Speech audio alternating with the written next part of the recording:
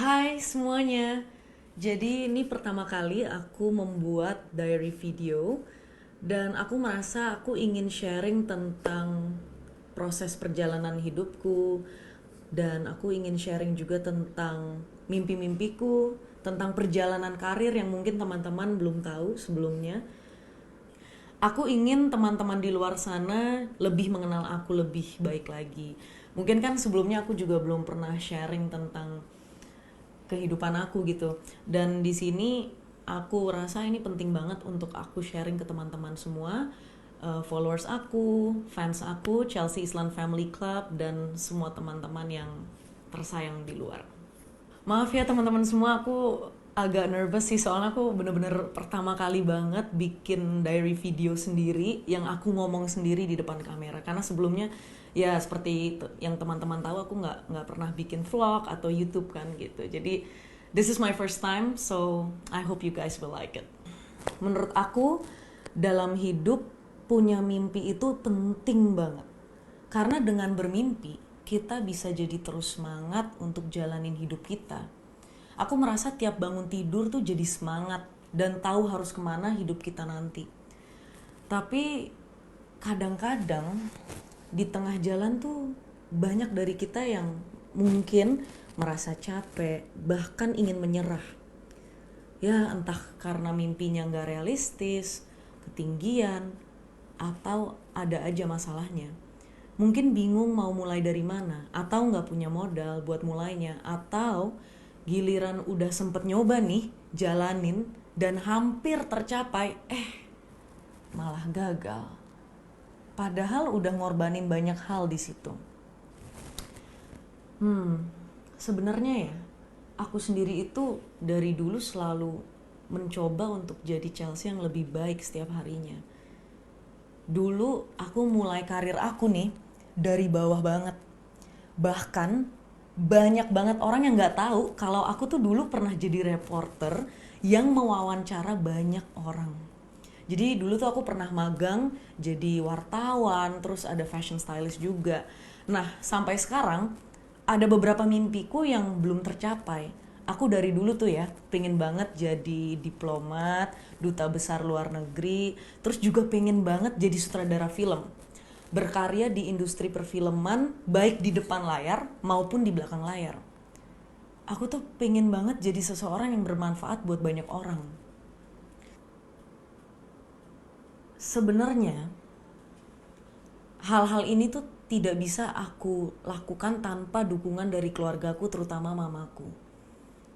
Mamaku tuh sosok yang sangat menginspirasi bagi aku. Aku sangat terinspirasi sama mamaku karena mamaku selalu mengajarkan aku bagaimana menjadi orang yang lebih mandiri, terus bagaimana untuk tidak patah semangat untuk selalu berjuang, dan juga yang pasti untuk selalu menjadi orang yang humble, down to earth. Itu sih yang satu hal yang aku tidak bisa lupakan sampai hari ini gitu. Jadi uh, setinggi apapun padinya, padi itu selalu merunduk gitu. Itu salah satu quotes yang aku selalu pegang.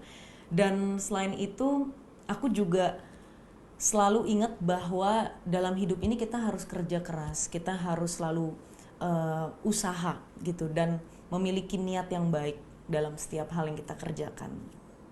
Ngomongin kerja keras ya, nah aku tuh sebenarnya banyak banget cerita yang aku pengen ceritain ke teman-teman semua di luar sana. Jadi awalnya sebelum aku menjadi aktris atau yang kalian lihat di billboard atau di depan TV, di layar sinema, itu sebenarnya aku mulainya bener-bener dari belakang layar perfilman. Jadi dulu aku pernah jadi kru film juga. Aku harus ngangkat boom. Boom itu kan berat. Boom itu adalah jadi ada gagangnya. Terus ini untuk sound, untuk para aktor biar bisa kedengeran suaranya sama penonton. Jadi kalau misalnya kita nonton film itu di balik layar yang kalian nonton itu, di atas kamera selalu ada boom yang menangkap suara dan merekam suara para aktor.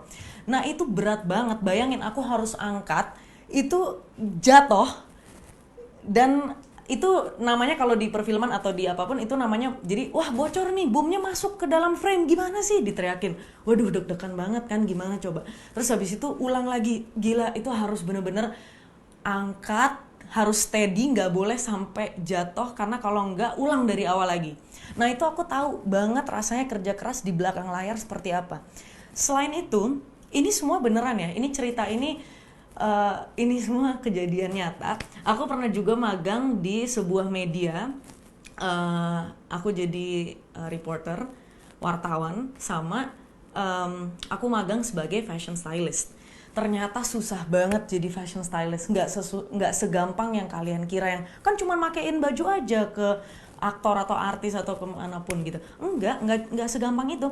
Bajunya harus di steam dulu, harus sampai rapih. Terus waktu itu ada bos aku bilang, ini benar-benar harus rapi ya, nggak boleh sampai misalnya lecek atau gimana pun. Terus ternyata kalau photoshoot itu, sepatu tuh harus di masking tape dulu sebelum kita kasih ke model yang akan kita foto gitu, model atau penyanyi atau selebriti siapapun yang akan nanti pakai sepatunya.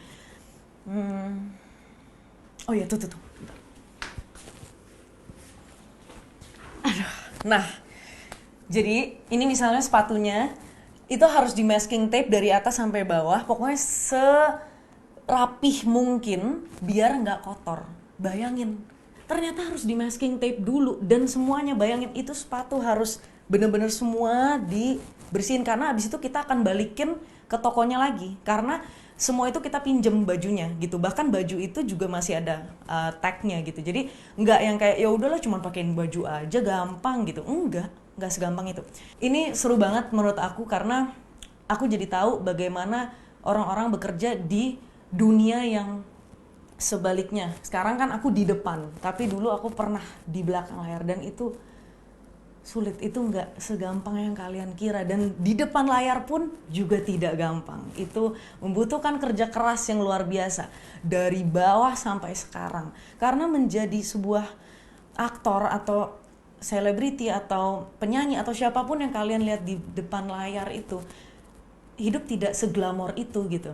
Kadang kan enak banget ya jadi artis, aduh enak banget gitu. Enggak, semua tuh ada pengorbanannya gitu. Jadi gimana caranya sampai kita tuh bener-bener harus rela untuk bener-bener misalnya pergi pagi pulang pagi gitu. Apalagi syuting film gitu, yang mungkin Anda hanya lihat 2 jam di layar bioskop, tapi pengerjaannya sampai 2 bulan hanya untuk film berdurasi 2 jam, tapi 2 bulan itu kerja keras mati-matian, pulang pagi pergi pagi, dan harus bener-bener dedikasi dan totalitas. Itu sih, itu yang menurut aku kerja keras yang memang sampai sekarang akhirnya aku juga merasa harus terus semangat. Pokoknya jangan pernah menyerah. Pokoknya tantang menyerah itu pasti. Mimpi tanpa usaha ya sama aja bohong. Supaya lebih visible dan realistis, kita harus breakdown langkah-langkah untuk mencapai mimpi kita. Jadi jangan ketinggian tapi nggak tahu mulai dari mana. Nah, kalau yang selanjutnya, yang paling penting adalah berdoa. Berdoa itu penting banget. Namanya udah usaha sampai banting tulang juga percuma kalau kita nggak berpasrah sama yang ngasih rejeki dan hidup ke kita. Menurut aku ya, pokoknya doa itu penting sekali, dimanapun dan kapanpun. Selanjutnya yang paling penting juga adalah gimana sih kita bisa memanage diri kita gitu. Memanage diri itu termasuk manage ekspektasi kita, memanage waktu, dan yang paling penting itu untuk memanage uang juga. Jadi tuh ya, dulu aku diajarin sama mamaku, nenek kakekku untuk selalu menabung. Jadi dulu misalnya tanteku kasih aku misalnya uang jajan gitu, tapi aku taruh di celengan babi aku, di piggy bank aku gitu, dan selalu dikasih gitu. Ada yang dari keramik, ada juga yang plastik gitu. Jadi dulu aku emang koleksi piggy bank gitu, dan aku suka banget sama babi karena sio aku babi. Dan selama itu dari kecil selalu taruh koin di dalam, dari manapun aku selalu tabung. Nah itu terus kebawa sampai sekarang. Aku diajarin menabung itu untuk sebenarnya masa depan aku juga sih. Jadi dari kecil sedini mungkin kita udah tahu gitu. Misalnya untuk beli es krim misalnya kalau masih kecil ya, atau enggak mainan gitu. Jadi udah kerja keras dari kecil gitu. Jadi nggak dimanjain sama orang tua aku. Aku harus punya effort sendiri untuk mencapai sesuatu yang aku inginkan. Kalau sekarang itu beda banget. Di usia 25 tahun, aku benar-benar tetap memegang 4 kunci dalam hidupku yang tadi disampaikan oleh mamaku. Kerja keras, itu penting banget. Berdoa sudah pasti. Ketiga, memanage diri. Dan keempat, memanage keuangan. Satu lagi hal yang sangat penting sampai sekarang aku masih ingat, itu adalah gimana caranya untuk memanage keuangan. Di umur yang ke-25 tahun nih, itu kan kalau kata orang-orang quarter life crisis. Nah sekarang untuk teman-teman milenial di luar sana yang emang lagi mengalami quarter life crisis, pasti lagi galau juga kan, kayak duh gimana ya ke depannya. Nah ini pas banget nih, di umur segini aku harus belajar gimana caranya untuk memanage keuangan. Sorry, bukan hanya memanage keuangan, tapi aku sekarang lagi mencoba untuk konsisten memanage keuanganku. Jadi aku punya beberapa tujuan finansial nih, mulai dari dana darurat sampai dana pensiun. Jadi gini, setelah aku tahu tujuanku apa, aku alokasikan penghasilanku ke beberapa aset investasi yang disesuaikan sama profil resiko dan tujuanku. Aku mulai belajar terkait produk investasi supaya nggak salah langkah. Karena kita boleh kerja keras, tapi jangan sampai kita bekerja untuk uang saja. Lebih baik, let the money works for you. Itu kalau dari aku sih. Kalau kalian gimana mengatur keuangan selama ini? Terima kasih ya teman-teman udah menonton video pertamaku. Semoga bermanfaat buat teman-teman. Jangan lupa komen di bawah, share tentang pengalaman hidup kalian, tentang cara meraih mimpi, dan juga bagaimana sih kalian mengelola keuangan kalian. Yuk kita bersama mempersiapkan untuk masa depan kita. Bye, terima kasih. See you again.